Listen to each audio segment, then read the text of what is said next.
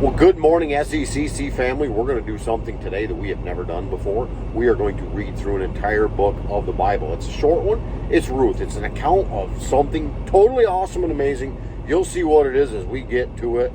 And yes, we're going to read the entire book today. Stick around.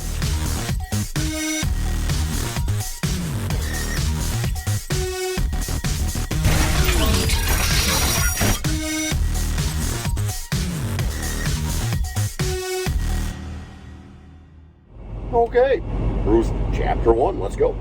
In the days when the judges ruled, there was a famine in the land, and the man of Bethlehem in Judah went to sojourn in the country of Moab, he and his wife and his 2 sons. And the name of the man was Elimelech, and the name of his wife Naomi, and the names of 2 sons were Mahlon and Chilion.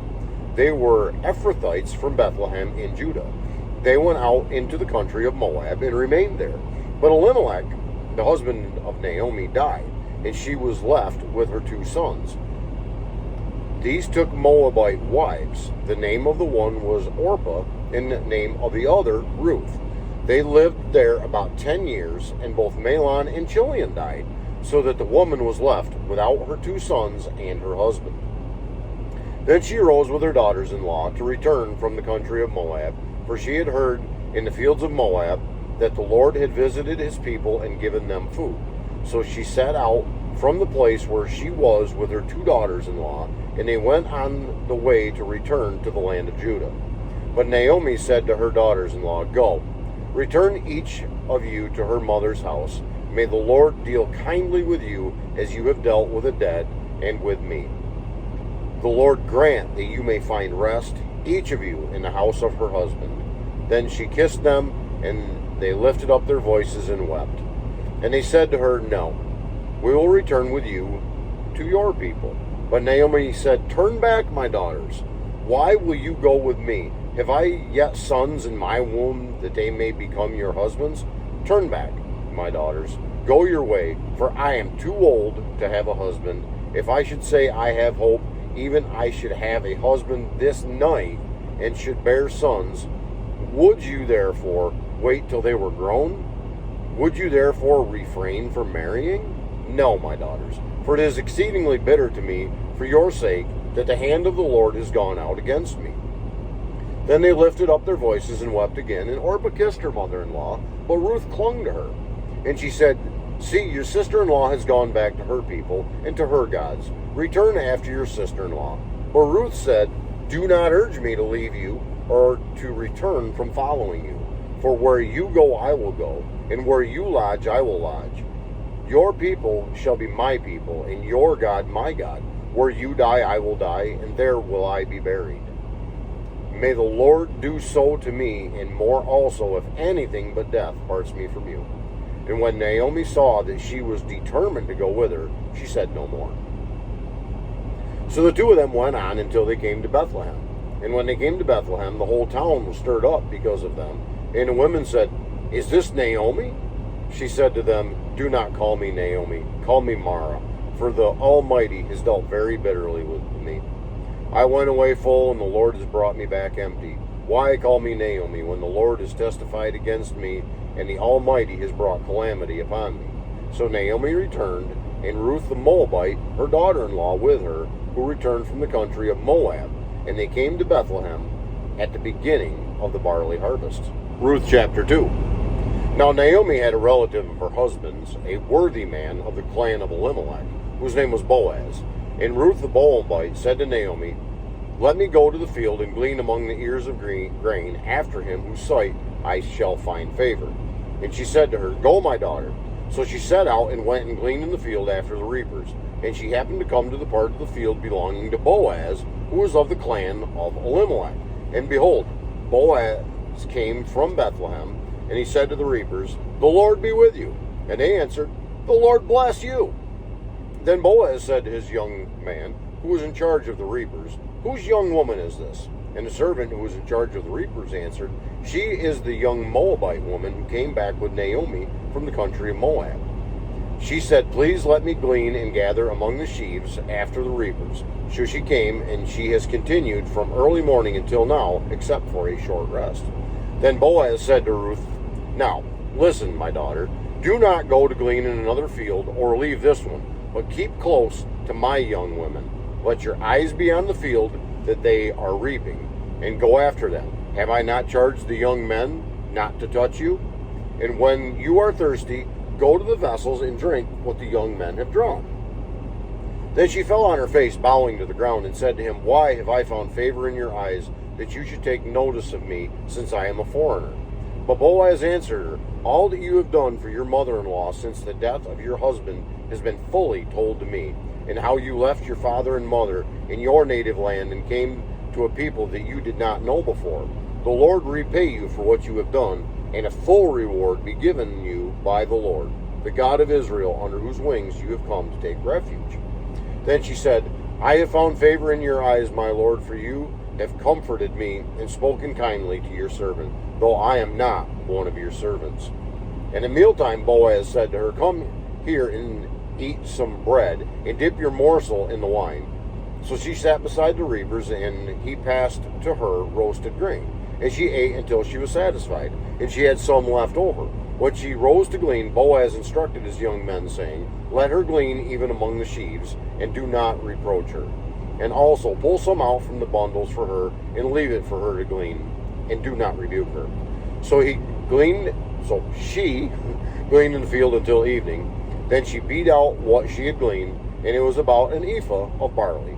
And she took it up and went to the city. Her mother-in-law saw what she had gleaned, so also brought out and gave her what food she had left over after being satisfied.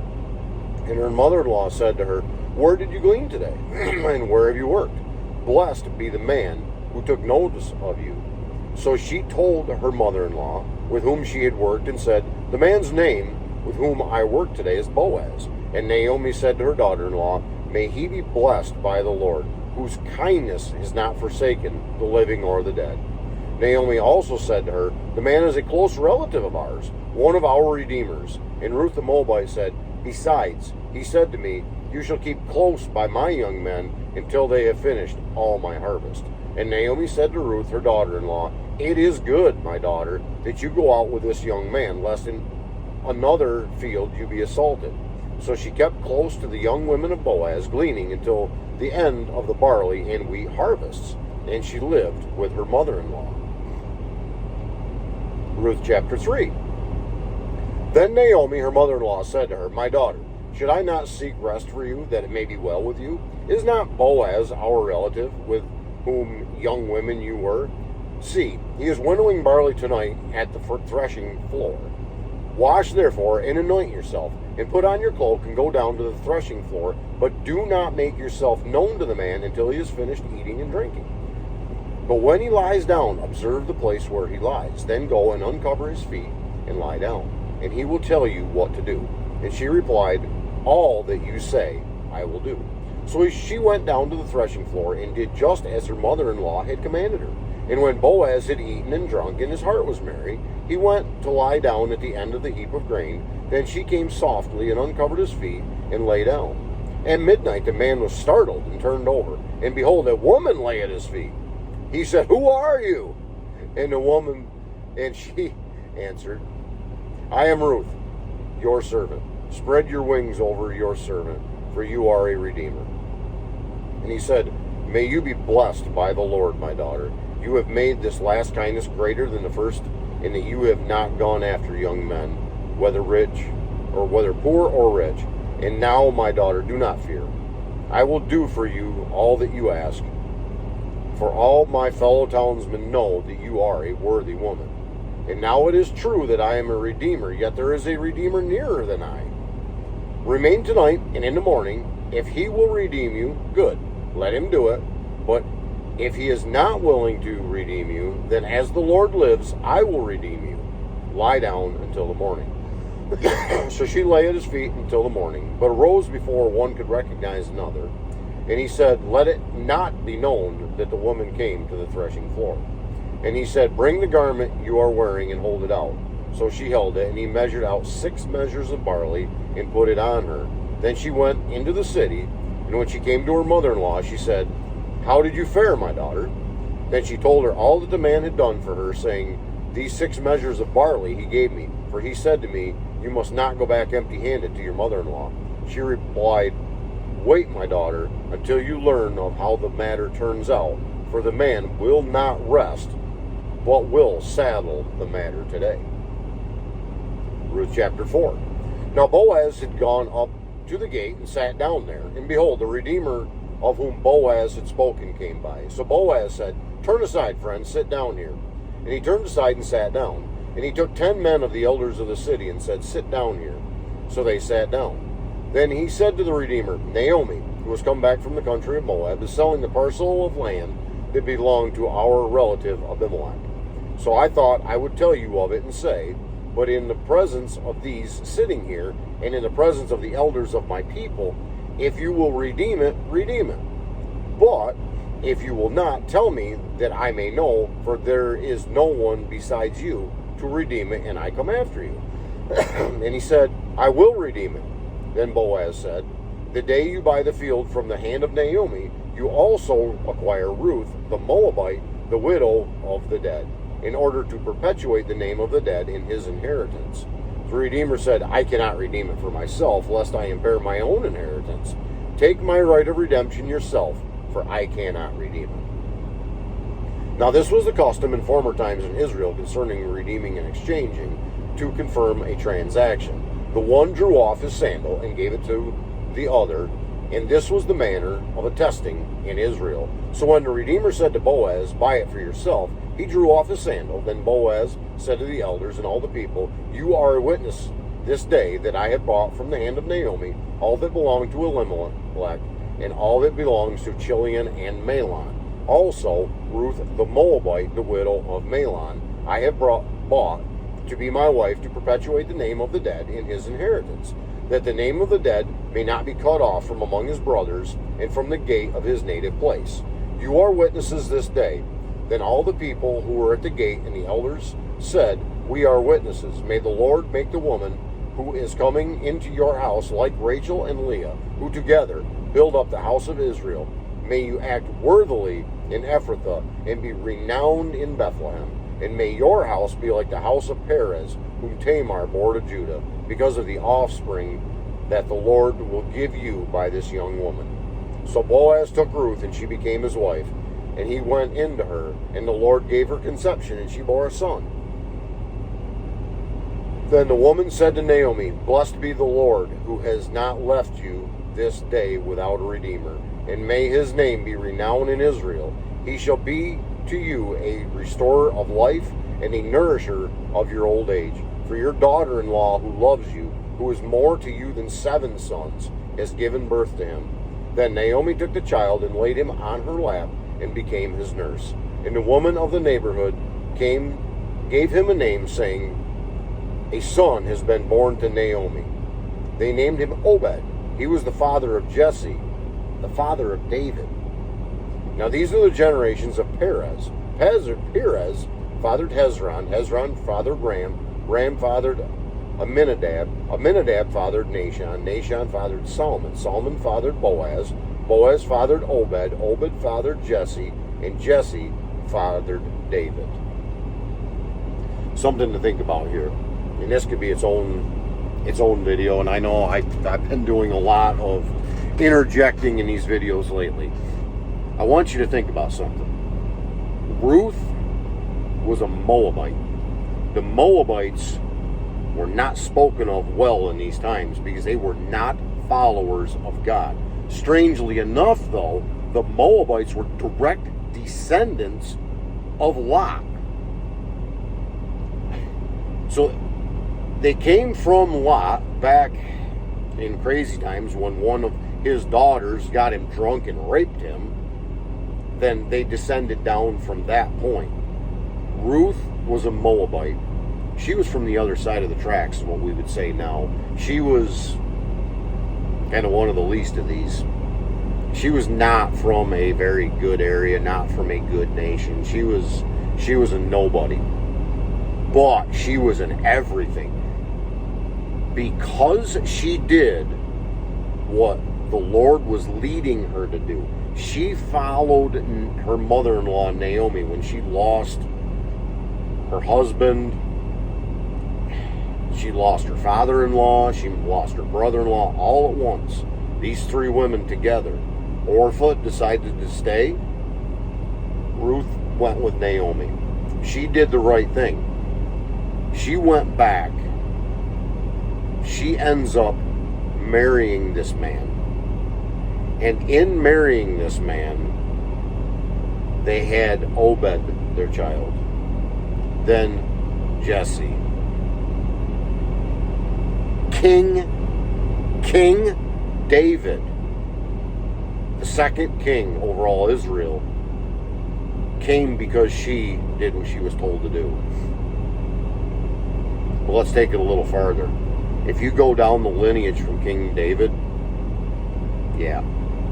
Jesus of Nazareth. When God wants something to happen, God is going to make it happen. This little love story that we hear in Scripture that I read to you today, God preordained this to happen so that generations later, He personally would be born. Yes, Jesus, God incarnate, was born into this family because Ruth did the right thing. Now I ask you today, what could possibly happen if you do the right thing for the Lord versus what could happen if you do the wrong thing from the Lord? Maybe nothing. We don't know. She did the right thing for the Lord, and Jesus Himself came from that family tree because Ruth did the right thing. If that doesn't make you think a little bit, man, I don't know what would. What an amazing story of obedience. I absolutely love that book. I love reading through it because the obedience in there. And it was just simple. Just simple obedience. She didn't do anything major. She just did what she knew was right. Folks, let's do the same. Let's do what's right. Always. We don't know what might happen generations later in our family because we made the right decision. Let's do that. Let's continue to make the right decisions. Let's continue our journey through the Bible. The first time we're reading through an entire book is the book of Ruth. There will be a bunch more as we continue on our journey, but this is the first one, going right straight through it. Tomorrow, Samuel. Love some of the accounts of what happens in those books as well. We are rolling right through Scripture here, rolling right through in our journey. Hopefully, by the end of the year, we will be right straight through the end of Revelation. We shall see. We'll see how the Lord leads. But until then, and as we roll along, just like always, I would ask that the Lord would richly bless you. Yes, you. Have a great and godly day, and I will see you tomorrow morning.